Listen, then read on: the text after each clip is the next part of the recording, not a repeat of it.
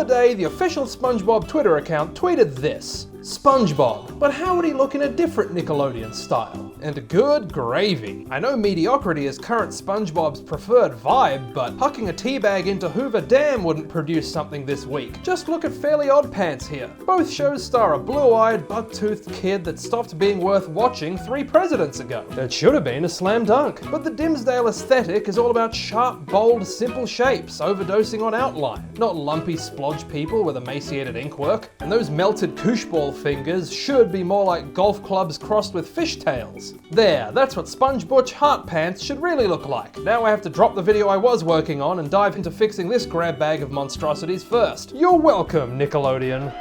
Coming to you from beautiful downtown Fortitude Valley,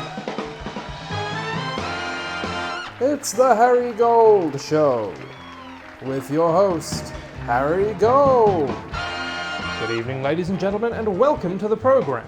Even after seeing SpongeBob's tweet, my unmitigated hubris didn't really assert itself until after I saw a follow-up by some guy called Roy. Nick, please, I beg you to hire me to do your SpongeBob art things. I will make them look better, I promise. I don't even want any money. I'm doing this because I can't take this anymore. As the kids like to say, literally me. Here's the first big problem. Nickelodeon's posed this thing like a police lineup. That's him, officer. I'd know that conspicuously thumbless hand anywhere. Not only do they lack depth, but front-facing cartoons are a notorious disaster area. Team Timmy Turner exists almost exclusively in 3/4 view, because every time they don't, baby Jesus cries. But there's a deficit of attention to detail here, which is kind of a you had one job situation. The tie ain't right, floating hats are for fairies only, and if your Fairly Odd pastiche doesn't have the cheese knife face, don't even talk to me. No wand, no wings, no service. Broken ankles and 2 right hands. We're off to a good start. Here's endemic flaw number 2. Instead of actually depicting SpongeBob in other art styles as promised, Nick's recreated the teleporter accident from The Fly. They put red shoes and a heinously 90s pattern on him, but those aren't the Rocko's modern life art style. They're specific to one character. Hey, look everybody, Andrew Sands in Family Guy. To be fair though, this is a tricky combo. Most of Rocko's pals are real animals rather than sentient sanitation equipment, so finding a decent frame of reference is tough. But here's what we can see. Limp noodle arms are hot, while ergonomics are not. Everyone in O-Town is exceptionally slouchy. Cumbersome clodhoppers are also very much in vogue, along with kinked smiles and pouchy cheeks. The absolute height of fashion, though, seems to be wearing your fish oil supplement-shaped eyeballs crooked, with gravity-independent eyebrows and the occasional flop of forehead meat piled on top.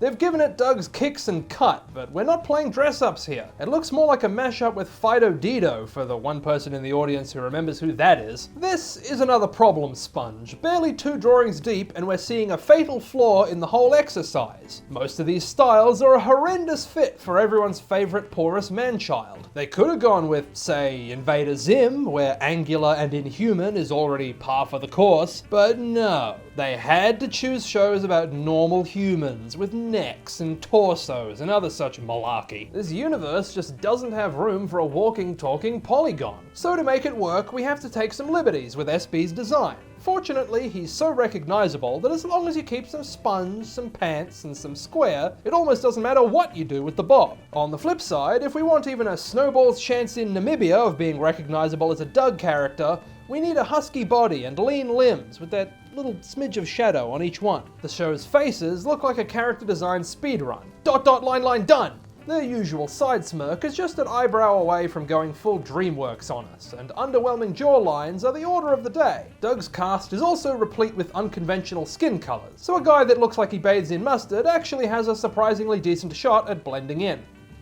To be honest, I had to look up Middlemost Post. I'd never heard of it, but judging by Wikipedia's brevity on the subject, I suspect I'm not alone. It's about an overenthusiastic, dentally assertive child, with a nautical supporting cast. Now where have I seen a show like that before? Even though Nick made a hash of their amalgamation, the extremities are too stubby and his body looks like a bowl of scrambled eggs, cartoony Technicolor freaks are already a part of the daily humdrum on Mount Middlemost, so it probably makes for the cleanest fusion har of the lot. Style calls for towering ovoid eyes and a cavernous maw with voluptuous cheeks. Limbs are thin but snappy, and the body lacks sharp edges.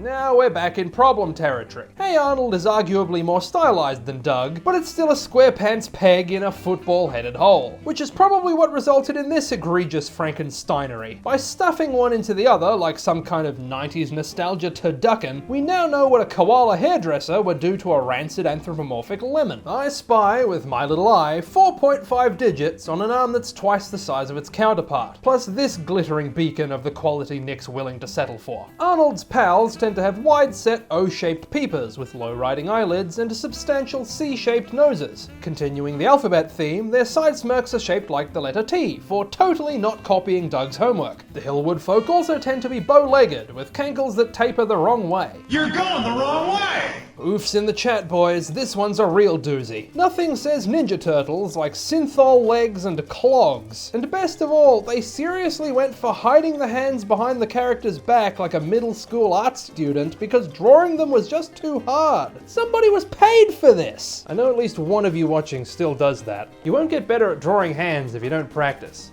Go on, you can do it.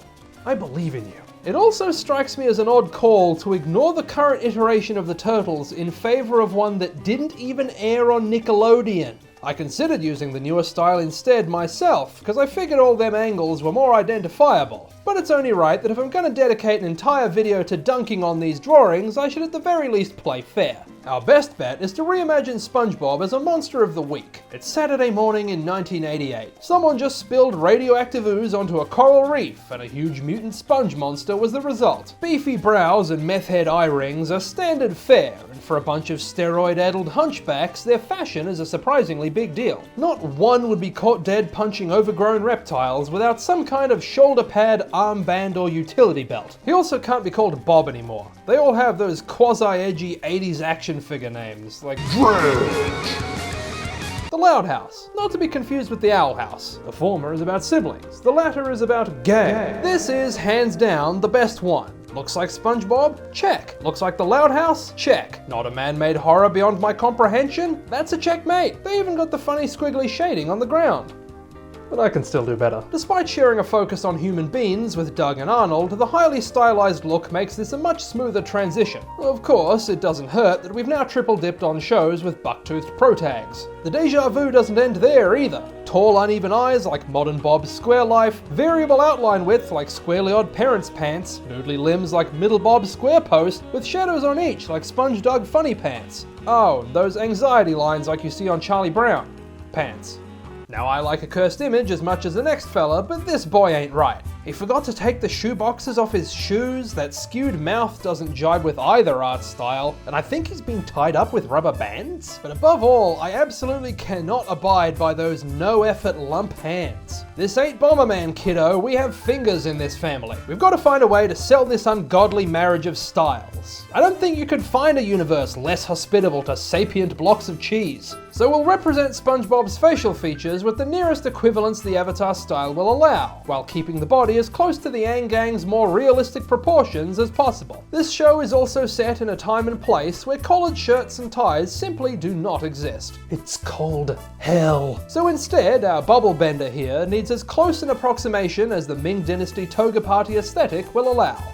Last, and very possibly least, that rattle sure must be heavy if it's bulked up his left arm to twice the size of his right. We'll find our happy medium between the square-shaped people and the people-shaped people in much the same way as before. Animators really were hot and bothered for overbites back then, weren't they? Anyhow, tall eyes and a crooked smile round out the final design on our poster. And that's our final fixed artwork, a whole All-Star Brawl's worth of SpongeBobs. It's no less poorly conceived and not a whole lot less cursed, but I'm happy with it, considering Nickelodeon's bizarrely arbitrary cartoon choices. Seriously, they could have done Ren and Stimpy, or Our Real Monsters, or any number of shows where a malformed lump of polyurethane might fit right in. Even human-centric cartoons could work fine if you choose an unmistakable enough style, like As Told by Ginger, the show that said, what if the wild thornberries was even uglier? Nickelodeon, if you're watching, hit me up next time you need something like this. If nothing else, I can at least guarantee it will mean one less person on the internet making fun of your drawings.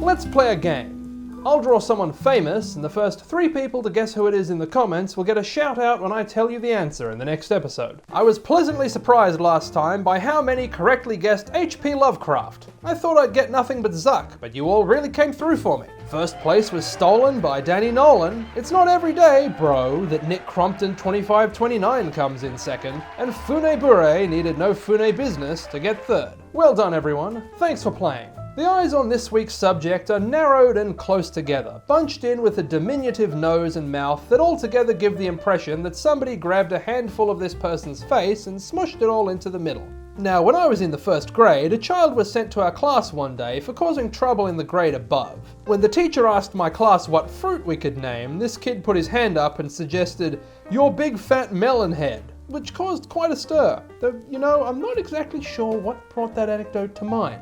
Now who could this be? If you know who that was, let us know in the comments. A few more of our videos about swapping art styles are about to pop up on the screen as soon as I stop yapping, so consider checking those out too. But this has been The Harry Gold Show, so until next time, stay safe, and God bless.